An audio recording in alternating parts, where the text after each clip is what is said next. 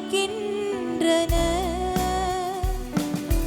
ஆயத்தன் மந்தையை காப்பது போல ஆண்டவர் நம்மை காக்கின்றார்.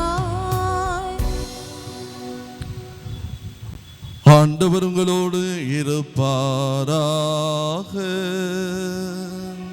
உம் ஆன்மாவோடும் இருப்பாராக.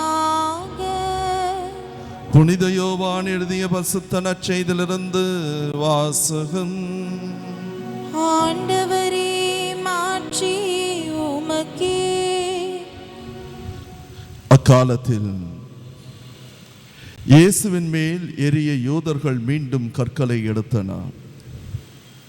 இயேசு அவர்களை பார்த்து, தந்தையின் சொற்படி பல நற்செயல்கள் உங்கள் முன் செய்து காட்டியிருக்கிறேன். அவற்றுள் எச்செயலுக்காக என்மேல் கல்லெறிய பார்க்கிறீர்கள் என்று கேட்டார். யூதர்கள் மறுமொழியாக, நற்செயல்களுக்காக அல்ல, இறைவனை பழித்துரைப்பதற்காகவே உன்மேல் கல் எறிகிறோம்.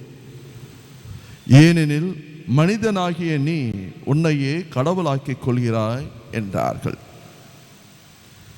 இயேசு அவர்களை பார்த்து, நீங்கள் தெய்வங்கள் என நான் கூறினேன் என்று உங்கள் மறைநூலில் எழுதியுள்ளது அல்லவா? கடவுளுடைய வார்த்தையை பெற்றுக்கொண்டவர்களே தெய்வங்கள் என்று சொல்லப்படுகிறார்கள். மறைநூல் வாக்கு என்றும் அழியாது. அப்படியானால் தந்தையால் அர்ப்பணிக்கப்பட்டு அவரால் உலகிற்கு அனுப்பப்பட்ட நான் என்னை இறைமகன் என்று சொல்லி கொண்டதற்காக இறைவனை பழித்துரைக்கின்றாய் என நீங்கள் எப்படி சொல்லலாம்? நான் என் தந்தைக்குரிய செயல்களை செய்யவில்லை என்றால் நீங்கள் என்னை நம்ப வேண்டாம். ஆனால் நான் அவற்றை செய்தால் என்னை நம்பாவிடினும் என் செயல்களையாவது நம்புங்கள். அதன் மூலம் தந்தை என்னுள்ளும் நான் அவருள்ளும் இருப்பதை அறிந்துணர்வீர்கள் என்றார். இதை கேட்டு அவர்கள் அவரை மீண்டும் பிடிக்க முயன்றார்கள். ஆனால் அவர்கள் கையில் அகப்படாமல் அவர் அங்கிருந்து சென்றார். யோர்தானுக்கு அப்பால் யோவான் முதலில் திருமுழுக்கு கொடுத்து வந்த இடத்திற்கு இயேசு மீண்டும் சென்று அங்கு தங்கினார். பலர் அவரிடம் வந்தனர். அவர்கள், யோவான் அரும் அடையாளம் எதையும் செய்யவில்லை, ஆனால் அவர் இவரை பற்றி சொன்னதெல்லாம் உண்மையாயிற்று என பேசிக்கொண்டனர். அங்கே பலர் அவரிடம் நம்பிக்கை கொண்டனர். இது கிறிஸ்து வழங்கும் நற்செய்தி. கிறிஸ்துவே உமக்கு புகழ்.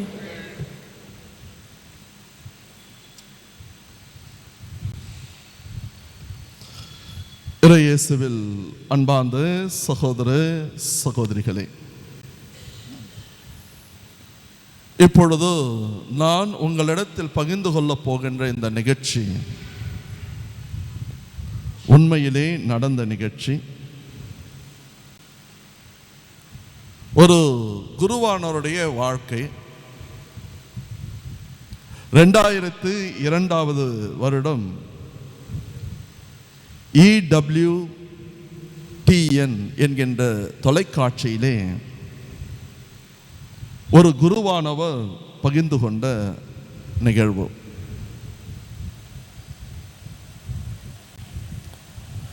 இளைஞனாக இருந்த அவருக்கு குருவானவராக மாற வேண்டும் என்கின்ற ஆசை வருகின்றது. அதனால் தன்னுடைய விருப்பத்தை ஆயரிடத்திலே சொல்லுகின்றார். அந்த ஆயரும் இவருடைய குணநலங்கள் மற்றவற்றை எல்லாம் பார்த்து ரோமாபுரிக்கு சென்று படிக்க அனுப்புகின்றார். அவரும் சென்று அங்கே ஒரு குருவானவருக்கு படிக்க வேண்டிய படிப்புகள் அனைத்தையும் படித்துவிட்டு வருகின்றார். வந்த பிறகு அவன் ஒரு குருவாக நிலைப்படுத்தப்படுகின்றார்.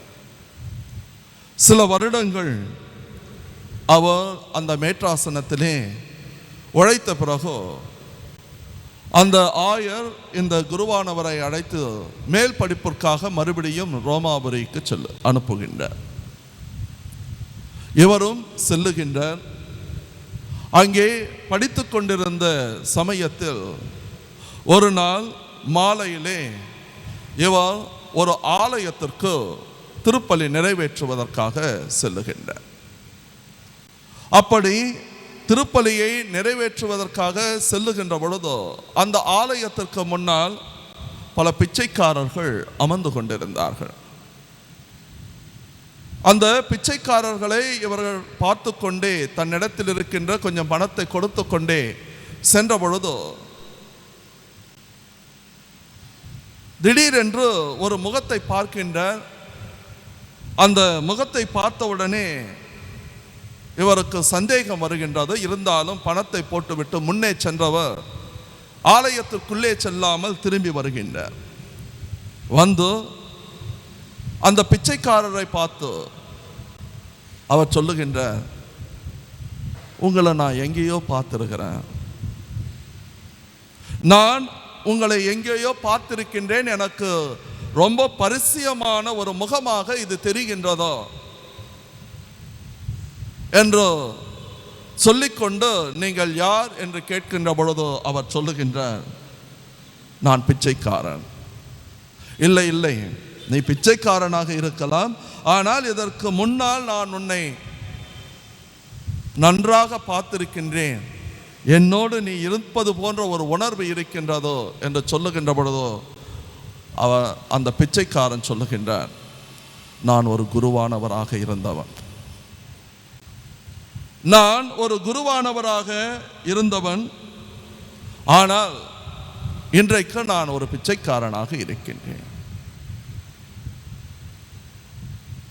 அந்த குருவானவரால் அதை ஏற்றுக்கொள்ள முடியவில்லை. அப்பொழுது அவர் கண்ணீர் விட்டு சொல்லுகின்றார், நான் ஒரு குருவாக இருக்க வேண்டிய அந்த தகுதிகளை எல்லாம் இழந்து விட்டேன், அதனால் நான் இன்றைக்கோ குருத்துவத்தை விட்டு ஒரு சில ஆண்டுகள் ஆகிவிட்டதோ பிச்சை எடுத்து சாப்பிட்டு கொண்டிருக்கின்றேன் என்றார். இவரால் அதை தாங்கிக் கொள்ள முடியவில்லை. நாட்கள் செல்லுகின்றன. இவரும் தன்னுடைய படிப்பை முடிக்கின்ற நேரத்திலே அப்பொழுது பாப்பரசராக இருந்த 2வது ஜான் பால் அவர்களிடத்திலே அவர் வழக்கமாக இந்த டாக்டரேட் முடித்த அந்த குருக்களை சந்திப்பது உண்டு. சந்திக்கின்றவர்கள் எதுவும் பேசக்கூடாது, சென்று பாப்பரசரிடத்திலே பிளஸ்ஸிங் மட்டும் வாங்கி கொண்டு வர வேண்டாம். இவருக்கும் அந்த வாய்ப்பு கொடுக்கப்படுகின்றதோ. அப்படி கொடுக்கப்படுகின்ற பொழுது இவர் உள்ளே செல்லுகின்றார். அதுக்கு முன்னால் வந்து பாப்பரசருடைய செக்ரட்டரி ரொம்ப ஸ்ட்ரிக்டாக சொல்கிறார், இந்த பாருங்க, அங்கே போய் எல்லாம் பேசி நல்லா இருக்கக்கூடாது, நீங்கள் பிளஸ்ஸிங் வாங்கிட்டு வெளில வந்துடணும். சரி, அனைவரும் சென்று அதே போல் வாங்கி கொண்டு வருகின்றார்கள். இவர் வாய்ப்பு வந்தவுடனே உள்ளே சென்றவருக்கு மனசு தாங்க முடியவில்லை. பாப்பரசரிடத்திலே 2-3 வார்த்தைகள், இது போன்ற ஒரு குருவானவர் இந்த ஆலயத்திலே பிச்சை எடுத்து கொண்டிருக்கின்றார், உங்களால் ஏதாவது செய்ய முடியுமா என்று கேட்டு கொண்டிருக்கின்ற நேரத்திலேயே செயலர் வருகின்றார். வந்து இவர் மேலே செம்ம கோபம், இவரை அழைத்து கொண்டு சென்று விடுகின்றார்கள். இவருக்கு என்ன செய்வதென்றே தெரியவில்லை. ஒரு சில நாட்களுக்கு பிறகு பாப்பரசர் அலுவலகத்தில் இருந்தோ 2வது ஜான் பால் அவருடைய அலுவலகத்தில் இருந்தோ இவருக்கு அழைப்பு வருகின்றதோ. அழைப்பு வந்தோ, உங்களை பாப்பரசர் பார்க்க வேண்டும் என்று நினைக்கின்றார், உடனே வாருங்கள் என்று. என்ன என்று கேட்கின்ற பொழுதோ, நீங்கள் ஏதோ ஒரு குருவானவர் பிச்சை எடுத்து கொண்டிருக்கின்றார் என்று சொன்னீர்களாமே, அவரை அழைத்து வாருங்கள், உடனடியாக பார்க்க வேண்டும் என்று கூறுகின்றார். இவரும் அந்த ஆலயத்திற்கு ஓடுகின்றார். ஓடி சென்று அவர் பிச்சை எடுத்து கொண்டிருக்கின்றவரை அழைத்து கொண்டு வருகின்றார். வந்தவுடனே அவர் சொல்லுகின்றார், நான் இப்படியே எப்படி பாப்பரசரை இன்று இரவு பார்க்க முடியும்? அப்பொழுது இவர் சொல்லுகின்றார், நீ ஒன்றும் கவலைப்படாத, உனக்கென்று நான் ஒரு அறையை ஏற்கனவே ரிசர்வ் செய்திருக்கின்றேன், நீங்கள் அங்கு செல்லுங்கள், வாருங்கள் என்று அழைத்து சென்று அவருக்கான உடைகளை எல்லாம் தயாராக இவர் வாங்கி வைத்திருக்கின்றார். வாங்கி அவருக்கு அந்த அறையை ஷேவ் எல்லாம் பண்ணிக்கிட்டு ட்ரெஸ் எல்லாம் போட்டுக்கிட்டு போகிறாங்க. மாலை இவர் சென்ட் பீட்டர்ஸ் சர்ச் உள்ளே நுழைகின்றார். நுழைந்தவுடனே அந்த உதவியாளர் அருட்தந்தை இவர்கள் இருவரையும் அழைத்து செல்லுகின்றார்கள். ஒரு அறையிலே பாப்பரசர் காத்து கொண்டிருக்கின்றார். அந்த சமயத்தில் அழைத்து கொண்டு சென்ற குருவானவரை நீங்கள் வெளியில் போங்க அப்படின்ட்டு பாப்பரசர் அனுப்பி விடுகின்றார்.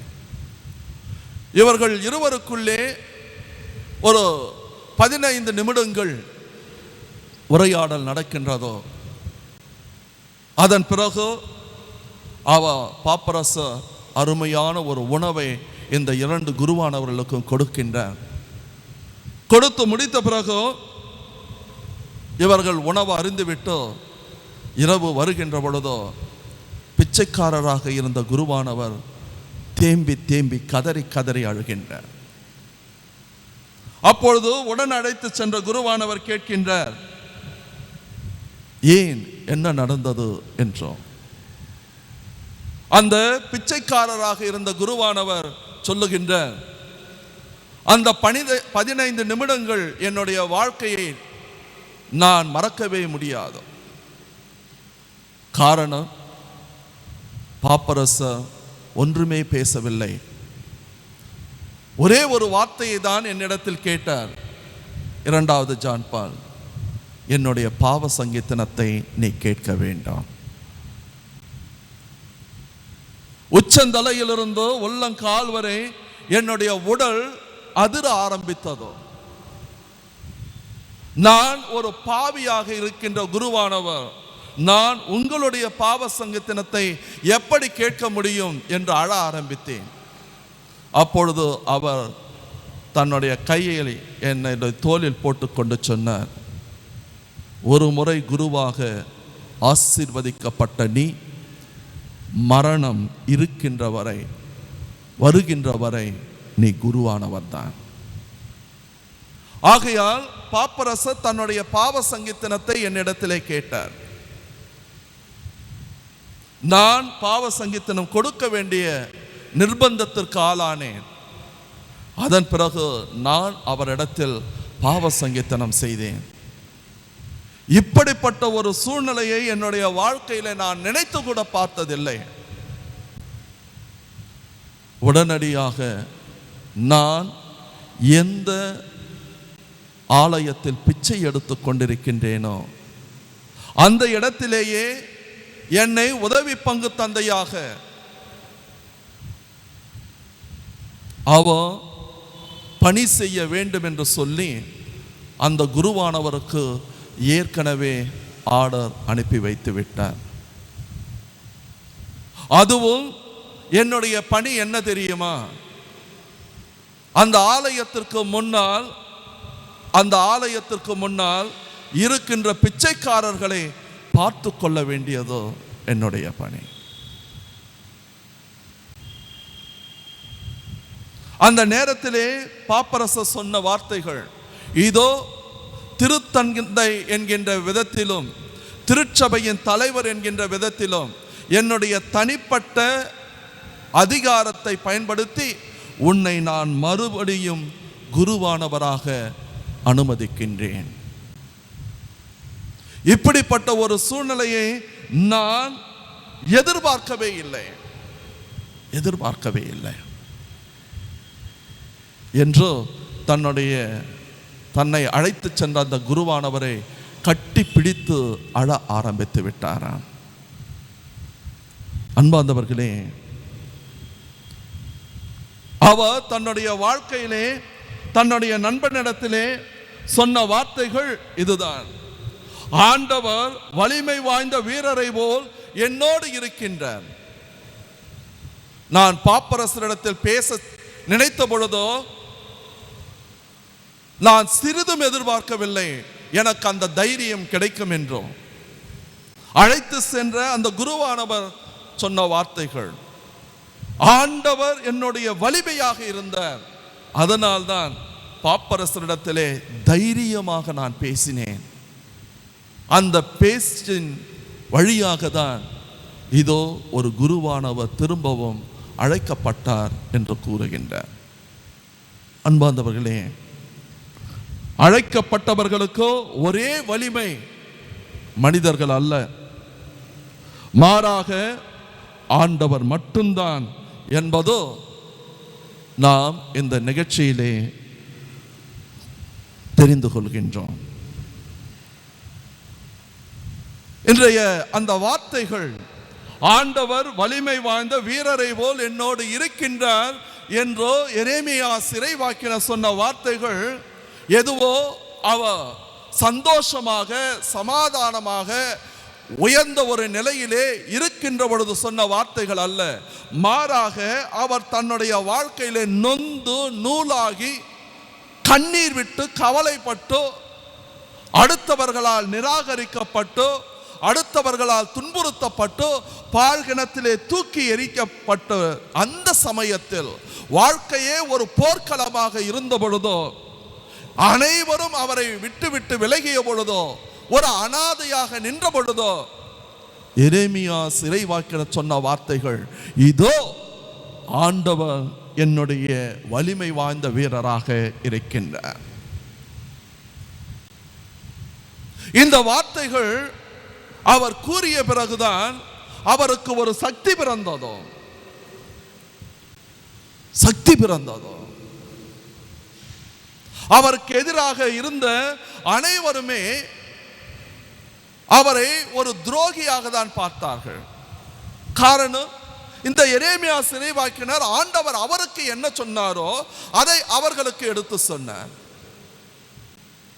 அவர் ஒரு கருவியாக தான் பயன்படுத்தப்பட்டார். ஆனால் அந்த எரேமியாசை தான் அவருடைய எதிரிகள் சாகடிக்க வேண்டும் என்று நினைத்தார்கள்.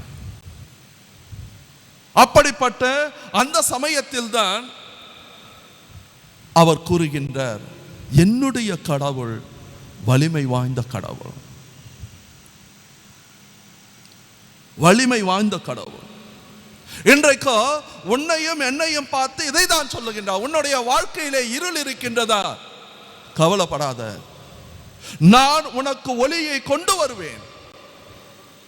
உன்னுடைய வாழ்க்கையில எதிர்காலம் எப்படி இருக்க போகின்றன என்ற பயம் இருக்கின்றதா, கவலைப்படாத, இதோ என்னை நம்பு, உனக்கு நான் வெளிச்சத்தை கொண்டு வருவேன். ஏனென்றால் எசையா சிறைவாக்கினர் அழகாக சொல்லுவார், நம்முடைய கடவுள் நம்மை உள்ளங்கரங்களிலே பொதித்து வைத்திருக்கின்றார், உள்ளங்கரங்களிலே பொதித்து வைத்திருக்கின்றார். ஆகையால் நம்முடைய வாழ்க்கையிலே பல துன்பங்கள் வேதனைகள் வருகின்ற பொழுதோ நாம் கலங்கிவிடக் கூடாது. இந்த நற்கருணை நாதரை, இந்த இறுதி ஆண்டவரை நம்ப வேண்டும், விசுவசிக்க வேண்டும். அதுதான் ரொம்ப ரொம்ப முக்கியம்.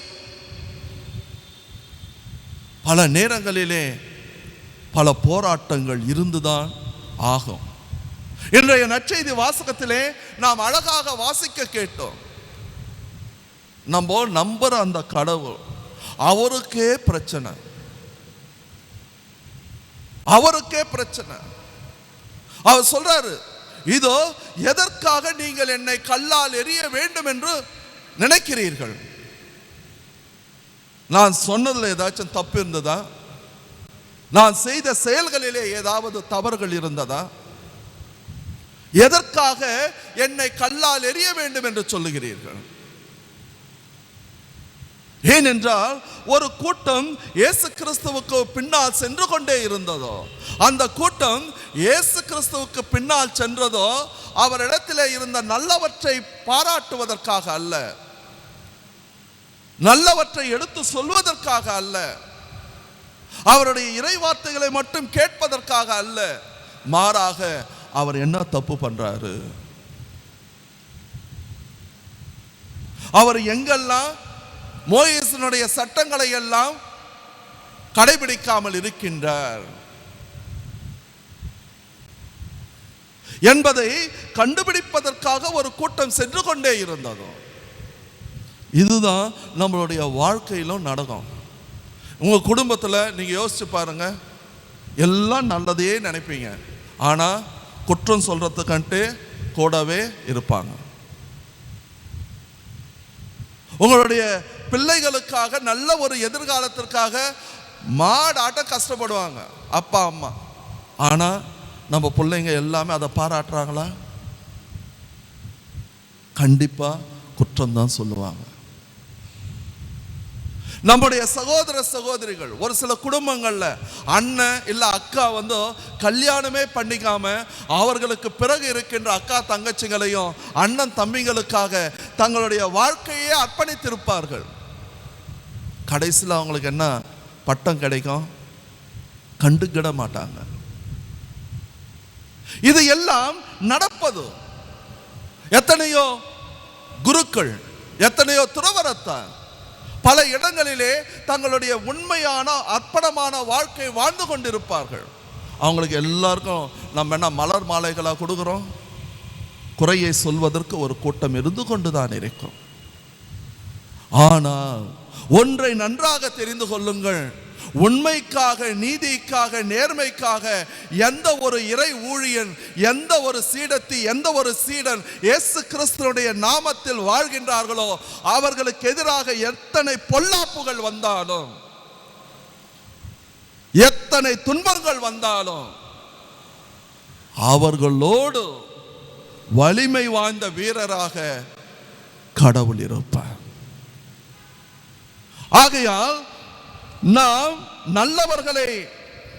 நல்லவர்களை பற்றி இழிவாக பேசுகின்ற பொழுதோ, இல்லாதது பொல்லாதது பேசுகின்ற பொழுதோ ரொம்ப ஜாக்கிரதையாக இருக்க வேண்டாம்.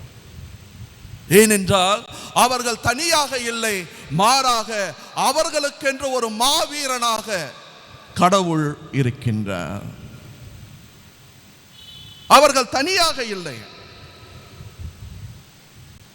அவர்கள் எதிர்ப்பதற்கு என்றோ அவர்களோடு நிற்பதற்கென்றோ கடவுள் இருக்கின்றார். இன்றைய முதல் வாசகத்தினுடைய தொடர்ச்சியை நம்ம படிச்சோம்னா அங்க எரேமியா சிறைவாக்கினர் சொல்லுவார், இதோ கடவுள் அங்க சொல்றாரு, நீ அமைதியாக இரு. அழைக்கப்பட்ட எரேமியாவை பார்த்து சொல்லுகின்றார், you be silent, battle belongs to me. வருகின்ற போரானது எனக்கு சம்பந்தப்பட்டது, நீ அமைதியாயிரு. இதுதான் அதுக்கு அடுத்து வருகின்ற விவிலிய வார்த்தைகள். ஆகையால் கடவுள் நாம் உண்மையாக வாழுகின்ற பொழுதோ எல்லாத்தையும் அவர் பார்த்துக்குவார். இந்த நேரத்தில் என்னுடைய மகனே, என்னுடைய மகளே, என்னுடைய சகோதரனே, சகோதரியே, கலக்கத்தோடு நீங்க வந்திருக்கலாம். ஐயோ எனக்காக யாருமே பேசுறதுக்கு இல்லையே அப்படின்னு வந்திருக்கலாம். குடும்பத்தில் இவ்வளவு பிரச்சனைகள் இருக்கு, என்னுடைய எதிர்காலம் எப்படி இருக்க போகின்றதோ என்று நீங்கள் நினைத்து கொண்டு வந்திருக்கலாம். ஆண்டவர் இயேசு கிறிஸ்து அழகான வார்த்தைகளை சொல்லுகின்றார், என்னுடைய மகனே, மகளே, இதோ வலிமை வாய்ந்த வீரனாக நான் இருக்கின்றேன். இதைதான் இயேசு கிறிஸ்து நற்செய்தியிலே சொல்லுவார். உங்களுக்கு இடுக்கான ரொம்ப மோசமான சூழ்நிலைகள் வருகின்ற பொழுது நீங்க பேசாதீங்க, பரிசுத்தாவி பேசுவார். பரிசுத்தாவி பேசுவார்.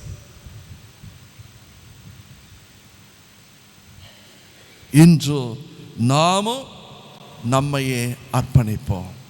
எப்படி அந்த ஒரு குருவானவருக்கோ இன்னொரு குருவானவர் அழைத்து சொல்லுகின்ற பொழுதோ அவருக்கு ஒரு வலிமை வாழ்ந்த வீரனாக இயேசு இருந்தாரோ, அதுபோல உங்களுடைய வாழ்க்கையிலும் என்னுடைய வாழ்க்கையிலும் உண்மைக்காக, நீதிக்காக, நேர்மைக்காக போராடுகின்ற பொழுதோ எல்லாரும் நம்மளை ஆதரிப்பார்கள், அனைவரும் நம்மை ஏற்றுக்கொள்வார்கள். இல்லை, இயேசு கிறிஸ்துவையே ஏற்றுக்காதவங்க உங்களையும் என்னையும் எப்படி ஏற்றுக்குவாங்க? ஆனால் ஆண்டவர் நம்மை கைவிட மாட்டார். வலிமை வாய்ந்த அரணாக நமக்காக நிற்பார், நம்மை காப்பாற்றுவார், நம்மை வழிநடத்துவார், ஆசீர்வதிப்பார் என்கின்ற நம்பிக்கையோடு நம்மையே அர்ப்பணிப்போம். தொடர்ந்து இந்த திருப்பலியிலே பங்கெடுப்போம். ஆமென்.